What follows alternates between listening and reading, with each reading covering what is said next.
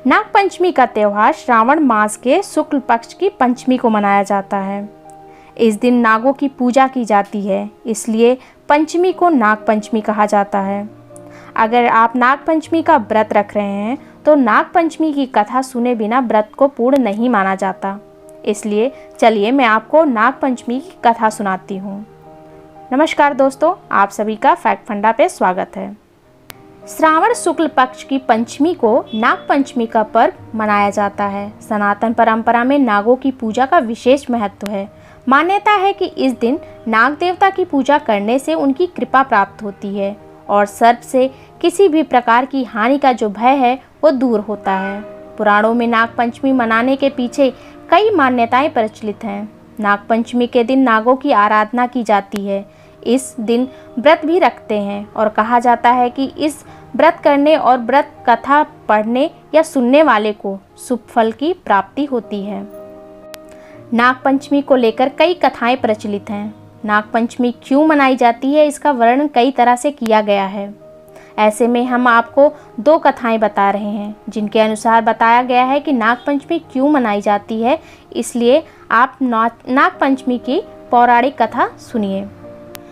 भविष्य पुराण के अनुसार जब सागर मंथन हुआ था तब नागों ने अपनी माता की आज्ञा नहीं मानी थी। इसके चलते नागों को श्राप मिला था। नागों को कहा गया था कि वो राजा जन्मेजय के आग में जलकर भस्म हो जाएंगे। इससे नाग बहुत ज़्यादा घबरा गए। इस श्राप से बचने के लिए सभी नाग ब्रह्मा जी की शरण में पहुँचे। उन्होंने ब्रह्मा जी को सारी बात कह सुनाई और मदद मांगी। तब ब्रह्मा जी ने उनसे कहा कि जब नागवंश में परमात्मा जरत्कारु के पुत्र आस्तिक होंगे तब वह सभी नागों की रक्षा करेंगे। यह उपाय ब्रह्मा जी ने पंचमी तिथि को ही बताया था।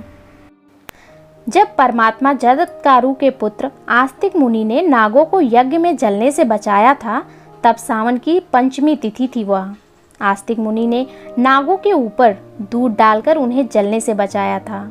इसके बाद आस्तिक मुनि ने कहा था कि जो भी व्यक्ति नागपंचमी के दिन इस तिथि के दिन नागों की पूजा करेगा उसे नागदंश का भय नहीं रहेगा। तब से ही सावन की पंचमी तिथि को नागपंचमी मनाई जाती है। इसके अलावा एक और कथा प्रचलित है जिसको मैं आपको आगे सुना रही हूँ।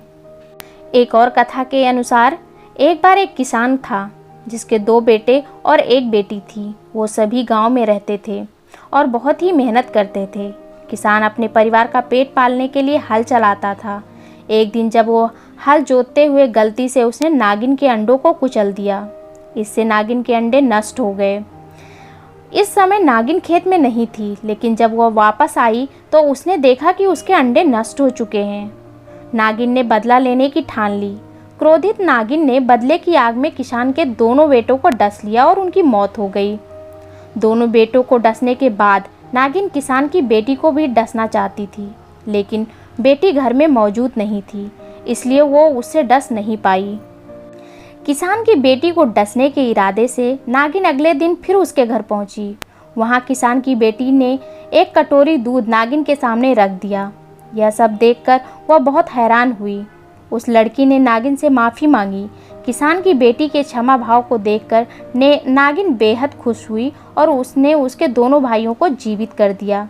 यह घटना श्रावण शुक्ल पक्ष की पंचमी तिथि को हुई थी। इस कारण इस दिन को नागपंचमी के रूप में मनाया जाने लगा। हिंदू धर्म में नागपंचमी का त्यौहार बड़ी धूमधाम से मनाया जाने वाला त्यौहार माना जाता है। इस पर्व को पूर्वांचल क्षेत्रों में कुछ अलग ही तरीके से मनाया जाता है।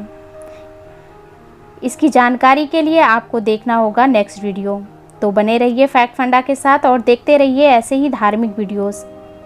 धन्यवाद।